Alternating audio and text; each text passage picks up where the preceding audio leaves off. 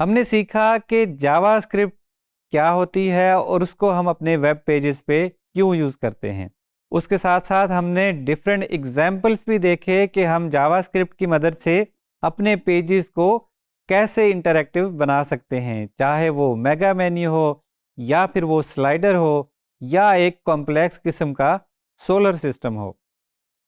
अब हमने ये तो देख लिया कि कौन कौन सी चीज़ें हम कर सकते हैं। अब हमने ये भी सीखना है कि वो चीज़ें हम कैसे करेंगे।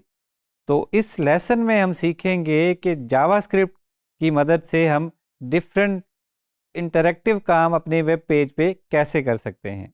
चूंकि जावास्क्रिप्ट एक बहुत ही वास्ट जो है वो प्रोग्रामिंग लैंग्वेज है, जो उसकी कंप्लीट उस पे एक अलग से कोर्स बन सकता है, इसलिए हम इसमें जस्ट स्पेसिफिक टू वर्डप्रेस रहेंगे। वो चीज़ें जो वर्डप्रेस में हम बहुत ज़्यादा यूज़ करते हैं हम उनका इस्तेमाल करेंगे। फॉर एग्जांपल हम इस लेसन में सीखने वाले हैं जेक्वेरी। जेक्वेरी एक जावास्क्रिप्ट की ही लाइब्रेरी है जिसका मकसद है right less and do more. उसका मकसद क्या हुआ कि जो काम बार बार रिपीट होने वाले हैं, फॉर एग्जांपल जो कॉमन काम है कि हमने फॉर एग्जांपल कोई एक एलिमेंट हाइड करना है या कोई एलिमेंट शो करना है या किसी एलिमेंट पे हमने सीएसएस ऐड करनी है या सीएसएस रिमूव करनी है, कोई क्लास ऐड करनी है। तो ऐसी कॉमन चीज़ें जिनके लिए हमें पहले जावास्क्रिप्ट की काफ़ी सारी लाइंस लिखनी पड़ती थी, उसको क्या किया गया कि जेक्वेरी की एक लाइब्रेरी में बहुत सारे ऐसे कॉमन फंक्शन उसमें ऐड कर दिए गए। अब हम वही चीज़ें एक लाइन का जेक्वेरी का फंक्शन यूज़ करते हुए कर सकते हैं। JQuery is also JavaScript, but ये एक लाइब्रेरी है जो कि हमें बहुत सारे बिल्ट इन फंक्शन बना के दे देती है ताकि हम उनको यूज़ करके अपने वेब पेजेस पे अपनी इंटरेक्टिविटी वाले काम कर सकें। अगर हमने किसी वेब पेज पे स्लाइडर ऐड करना है तो उसका पूरा कोड हम खुद से भी जावास्क्रिप्ट में लिख सकते हैं या कोई जावास्क्रिप्ट की लाइब्रेरी यूज़ करते हुए जो रेडीमेड उस काम के लिए बनी है उसको अपने पेज पे इंक्लूड करके उसके फंक्शंस को यूज़ करते हुए हम अपना स्लाइडर बना सकते हैं। तो यहाँ पे हम यूज़ कर रहे होंगे जेक्वेरी की लाइब्रेरी और उसके थ्रू हम डिफरेंट फंक्शंस उसके सीखेंगे कि जेक्वेरी में डिफरेंट फंक्शंस क्या हैं और उनको हम कैसे यूज़ करेंगे। जेक्वेरी को हम कैसे यूज़ करेंगे ये अब हम सीखेंगे। जेक्वेरी को यूज़ करने से पहले सबसे पहले हमने जिस लाइब्रेरी का जिक्र किया कि जेक्वेरी एक लाइब्रेरी है, उसको हम अपने हेड के टैग में इंक्लूड करा लेंगे। जैसे हमने कल सीएसएस की फ़ाइल यूज़ की थी, तो सीएसएस की फ़ाइल हमने अपने हेड के अंदर इंक्लूड करा ली थी ताकि वो वाली सारी स्टाइलिंग जो है हमारे पेज पे अप्लाई हो सके।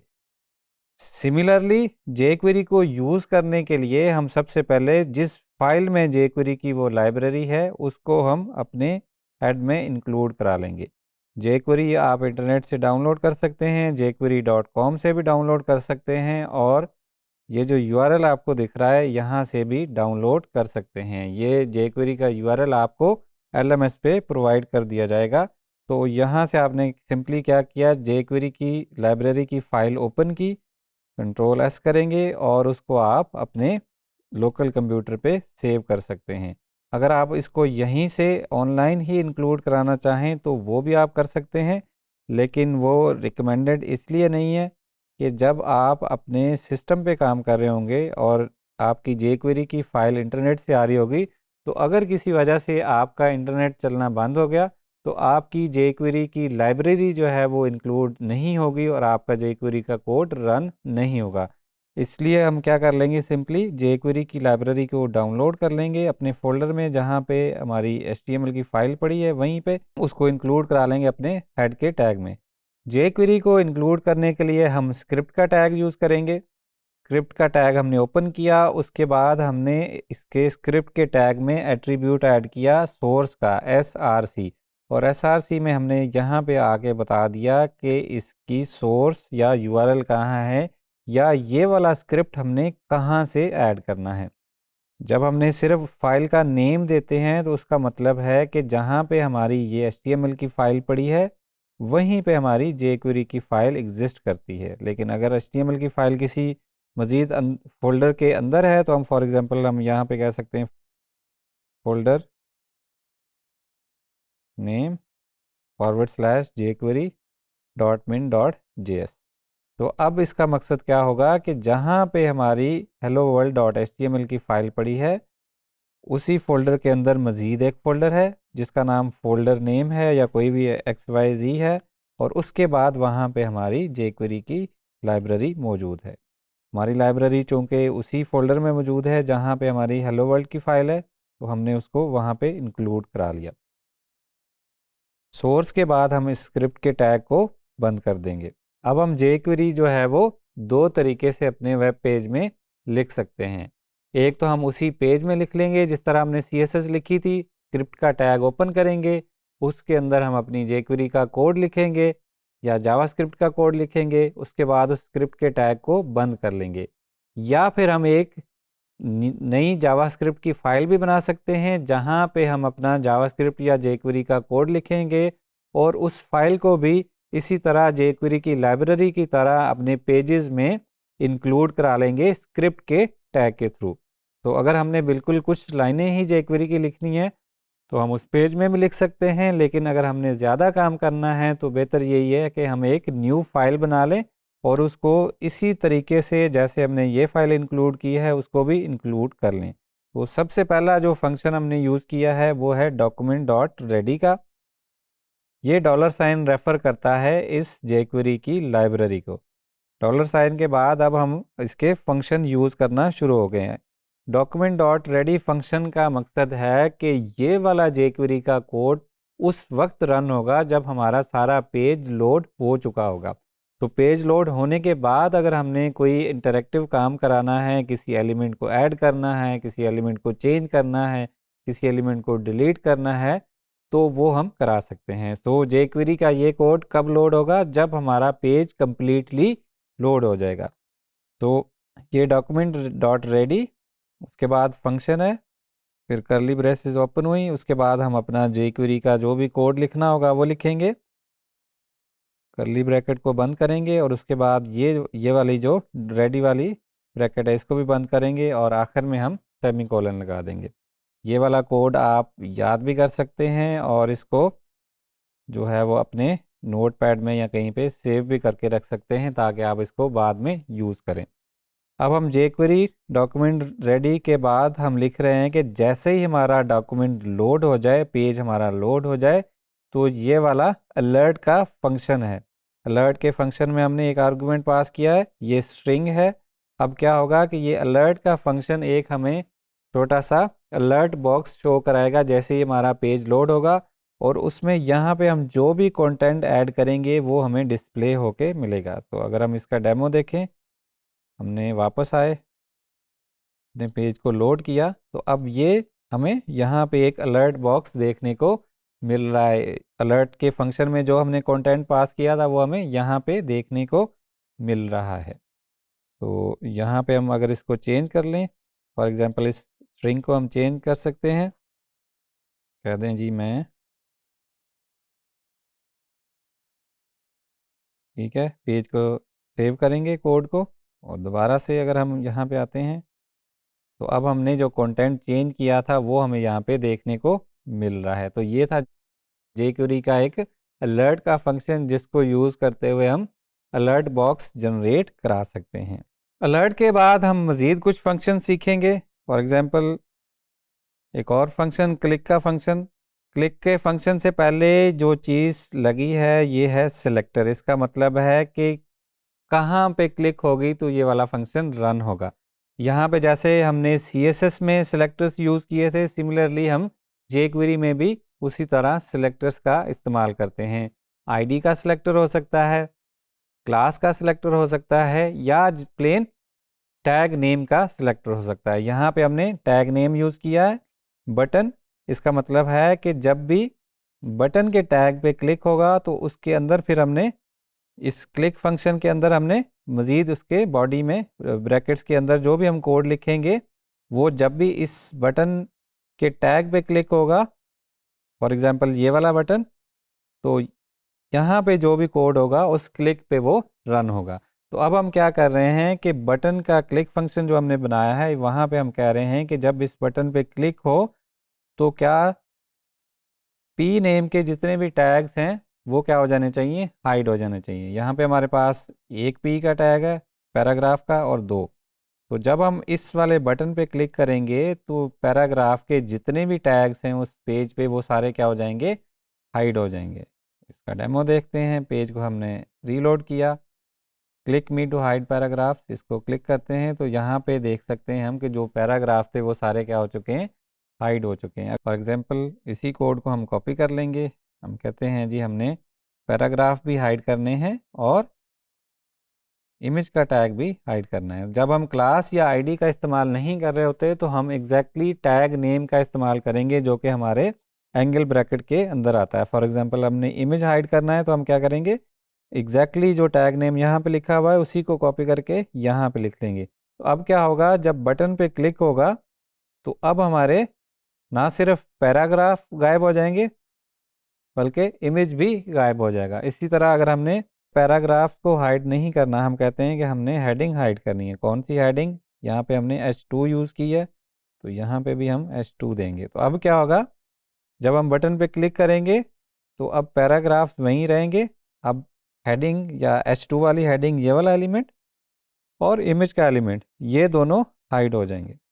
दोबारा से पेज पे आए, पेज को रिफ़्रेश किया, बटन को क्लिक किया, अब पैराग्राफ वहीं के वहीं हैं और हमारे इमेज भी हाइड हो गया और H2 का टैग जो है वो भी हाइड हो गया, H2 का एलिमेंट। तो इसी तरह हम कोई भी एलिमेंट जो है उसके सिलेक्टर की मदद से उसको हाइड या शो करा सकते हैं। अब हम कह रहे हैं कि हमने सिलेक्टर जो है वो आईडी का यूज़ करना है या क्लास का। हम कहते हैं जी क्लास फर्स्ट पैराग्राफ। तो अब हमने इसको फर्स्ट पैराग्राफ की क्लास ऐड कर दी है। अब हम चाहते हैं कि जब बटन पे क्लिक हो तो सिर्फ हमारा फर्स्ट पैराग्राफ या सिर्फ वही पैराग्राफ या वही एलिमेंट जो है वो हाइड होना चाहिए जहाँ पे हमारी फर्स्ट पैराग्राफ की क्लास लगी है। फॉर एग्जांपल ये वाले सिलेक्टर को हम सेलेक्ट कर लेते हैं, फर्स्ट पैराग्राफ वाले को। अब jQuery में भी सिलेक्टर्स उसी तरह बनाएंगे जैसे कि हम CSS में बनाते हैं। अगर तो क्लास है तो उसको हम डॉट के साथ लिखेंगे, डॉट क्लास नेम, और अगर आईडी है तो उसको हम हैश के साथ लिखेंगे, हैश एंड देन आईडी का नेम। तो अब क्या होगा कि जब बटन पे क्लिक होगा तो ऐसे सारे एलिमेंट्स जिन पे फर्स्ट पैराग्राफ की क्लास लगी है वो हाइड हो जाएंगे। कोड को सेव करेंगे, ब्राउज़र में वापस आएंगे और यहाँ पे हम बटन पे क्लिक करेंगे। बटन पे क्लिक किया तो सिर्फ एक ही पैराग्राफ यहाँ से गायब हुआ है। उसकी वजह यह है कि हमने jQuery में बताया है कि jQuery के सिलेक्टर के थ्रू हमने इस कोड को बताया है कि सिर्फ वो एलिमेंट हाइड करना है जहाँ पे ये वाली क्लास एडेड हो। फॉर एग्जांपल अलर्ट हमें बार बार परेशान कर रही है तो इसको हम रिमूव कर देंगे, क्योंकि हमें हर पेज रिफ़्रेश पे एक एक्स्ट्रा क्लिक करनी पड़ती है जो कि बहुत ज़्यादा मेहनत का काम है। तो उसको हम रिमूव कर लिया। अब हम एक आईडी का सिलेक्टर बना लेते हैं। हम कहते हैं जी हाइड मी की आईडी बना ली। अब हमने इस वाले पैराग्राफ को हाइड कराना है जब हमारा बटन क्लिक हो। तो अब क्या करेंगे, हम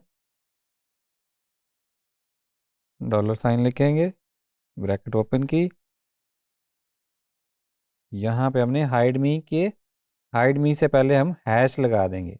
अब ये बन गया आईडी का सिलेक्टर, डॉट हाइड का फंक्शन। अब अगर इस कोड को हम एक्सप्लेन करें तो ये यहाँ तक बन गया jQuery का सिलेक्टर जो कि बता रहा है कि कौन सा एलिमेंट, यहाँ से हमने एलिमेंट सेलेक्ट कर लिया।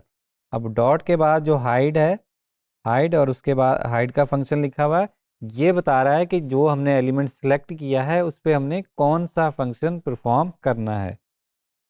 तो अब ये हाइड मी आ गया। हाइड मी की आईडी हमने कहाँ लगा दी है, सेकंड पैराग्राफ पे। तो अब क्या करेंगे, बटन को थोड़ा सा इमेज से नीचे ले जाएंगे, पेज को दोबारा से रिफ़्रेश करेंगे। तो अब वो जो चीख चीख के मैसेज कह रहा था कि मैं जावास्क्रिप्ट हूँ वो गायब हो गया है। इसको क्लिक करेंगे तो अब दोनों पैराग्राफ जो है यहाँ से हाइड हो गए हैं। उसकी वजह ये है कि हमने क्लास का सिलेक्टर भी यूज़ किया हुआ है जिसके थ्रू पहला पैराग्राफ हाइड हो रहा है और उसके बाद हमने आईडी का सिलेक्टर यूज़ किया जिसकी मदद से सेकंड पैराग्राफ हाइड हो रहा है। ये तो हो गया हाइड का फंक्शन। लेकिन अब हम चाहते हैं कि अगर हम एक दफ़ा क्लिक करें तो उसको हाइड होना चाहिए, लेकिन दोबारा अगर हम उसी बटन को क्लिक करें तो वो एलिमेंट दोबारा से वापस आ जाना चाहिए। उसके लिए हम कौन सा फंक्शन यूज़ करेंगे? उसके लिए हम टॉगल का फंक्शन यूज़ करेंगे। टॉगल का मतलब है बटन पे क्लिक किया, अगर तो वो पहले से विजिबल है तो उसको हाइड कर दें, और अगर पहले से हिडन है तो उसको शो करा दें। फॉर एग्जांपल इस हाइड को हम कह देते हैं जी टॉगल, और इसको भी हम कॉपी करके टॉगल कर लेते हैं। कोड को सेव किया, दोबारा से हम अपना पेज रिफ़्रेश करेंगे, बटन को क्लिक करेंगे, पैराग्राफ गायब हो गए। बटन को दोबारा क्लिक किया तो हमारे पैराग्राफ जो हैं वो वापस आ गए क्योंकि हमने टॉगल का फंक्शन यूज़ किया है। इसी तरह अगर हम चाहते हैं कि ये जो थोड़ा सा स्लोली बंद हो और स्लोली ओपन हो तो हम स्लाइड टॉगल भी यूज़ कर सकते हैं। स्लाइड टॉगल का फंक्शन यूज़ करेंगे, स्लाइड की एस छोटी लिखेंगे, टी को बड़ा कर देंगे। दोबारा से हम पेज को रिफ़्रेश करेंगे कोड को सेव करने के बाद, तो अब हम देख सकते हैं कि अब हमारा जो टॉगल का फंक्शन है वो टॉगल भी कर रहा है, और उसके साथ साथ हमारा जो जब टॉगल हो रहा है तो हमारे एलिमेंट्स एक बड़े ही खूबसूरत अंदाज में ऊपर जा रहे हैं या वापस नीचे आके शो हो रहे हैं क्योंकि हमने स्लाइड टॉगल का फंक्शन यूज़ किया है। फॉर एग्जांपल अगर हमने दोनों पे स्लाइड टॉगल लगा देना है तो हम क्या करेंगे, तो भी हम स्लाइड टॉगल कर देंगे, पेज को रिफ़्रेश करेंगे तो अब हमारा निहायत ही खूबसूरती से हमारे आइटम हाइड भी हो रहे हैं और उसके साथ साथ शो भी हो रहे हैं।